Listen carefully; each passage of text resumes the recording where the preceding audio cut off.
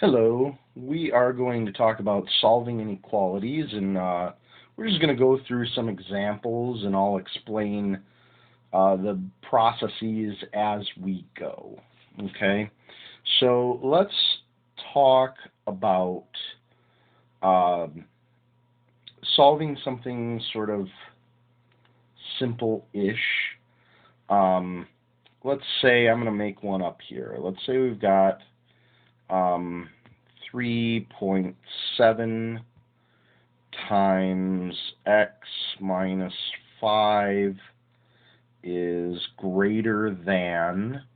By the way, you can tell that that's greater than there because it points like an arrow.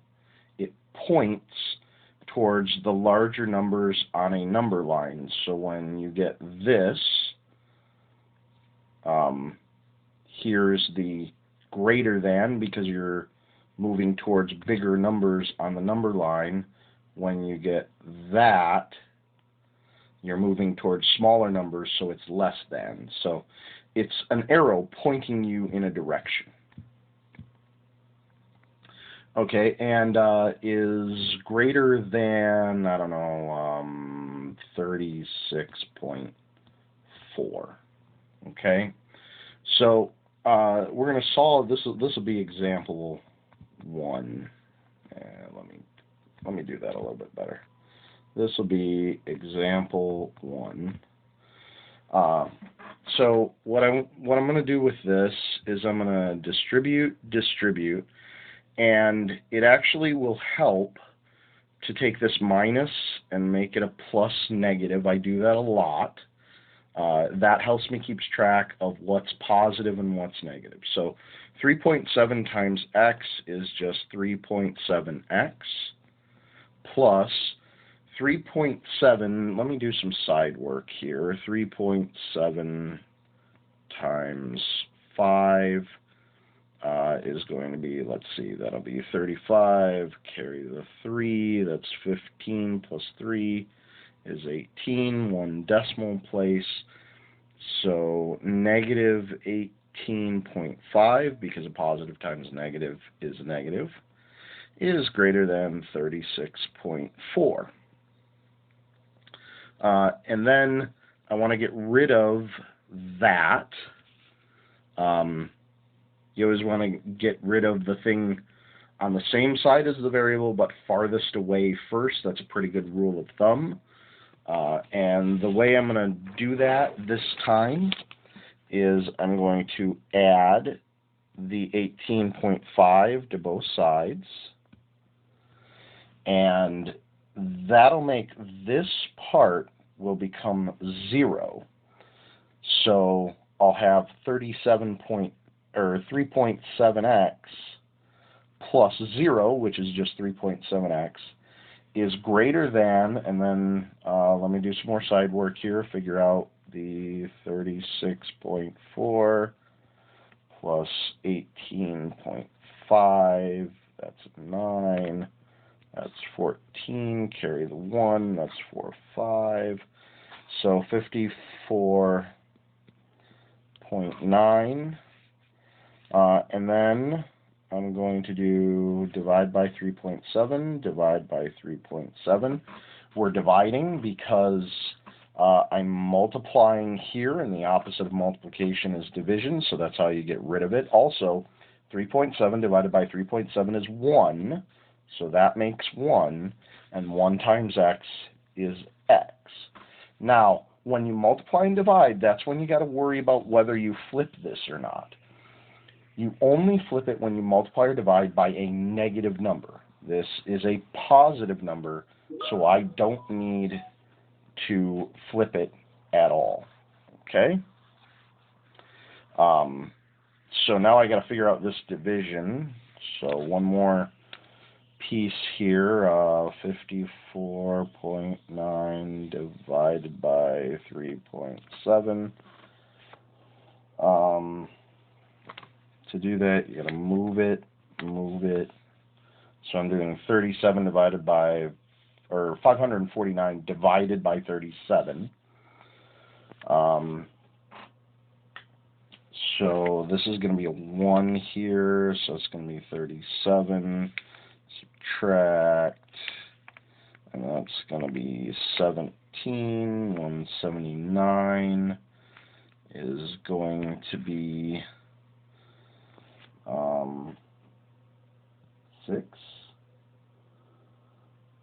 18, and 4.2, no, that's too much.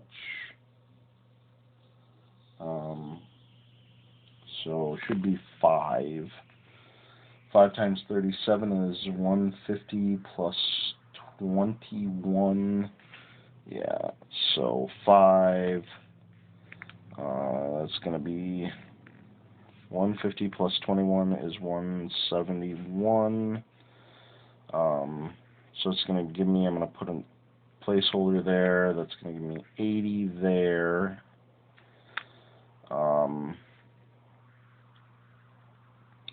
And that is going to be 2. Yeah. 2. And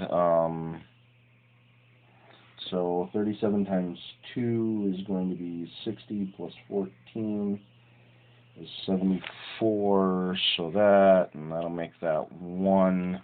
So I'm going to round it and call it 15.2. And then if I needed to graph that, I would put a mark at 15.2. I would put an open circle. The reason I put an open circle is because that symbol does not have the line underneath it. Okay? If it had the line underneath it, I would fill in the dot. And then this arrow points me in the direction I need to go. So the graph looks like that. Okay? So that's the first example. Let's start on a new page. We'll do a second example. Let's talk about, I don't know, let's say something like, well, let's do one that's sort of close to that. 4 times quantity x minus 7 is less than, let's say, 56. Now I'm going to take a different approach to this one. I'm going to start by dividing it by 4. Last time I distributed, and I certainly could distribute this one, but I'm going to show you that you could have done this at the beginning of the other problem also. So if I divide by 4, this becomes 1, and I get 1 times x minus 7, which is, of course, x minus 7. I have divided by a positive number, so the inequality stays pointing in the same direction, and 56 divided by 4 should be 14, I believe, right? Yeah, 14. And then I've got the minus 7, so I'll do plus 7 and plus 7, and I'll get x is less than 21. And again, if I wanted to graph that, I would put a mark at 21, and that mark would be an open circle, and this time I would be pointing that way. You always need it. In order to graph it, you need the variable on the left side so that you're pointing in the correct direction. Okay? Let's do one more, and I think we'll be okay for things. Let's try negative 5x plus 8 is greater than or equal to 17, let's say. I don't know. I'm just making stuff up here. Okay? So we'll get rid of the plus 8 first because it's on the same side as the variable but farther away than the negative 5. So start by getting rid of the plus 8. To do that, I'll use minus 8. And that'll be negative 5x is greater than or equal to, and 17 minus 8 is 9. I will need to divide by -5 on both sides. That'll give me x. And then because I divided by a negative number, I need to flip that inequality. So it's now less than or equal to, and a positive divided by a negative is a negative. And I can just call that 9/5. I can leave it that way. And if I was going to graph this, I would make a mark at -9/5. I would put a shaded in circle, a filled in circle, and I'm being pointed that way. So you go this way. One last note. Let's say I came up with this and I wanted to graph it.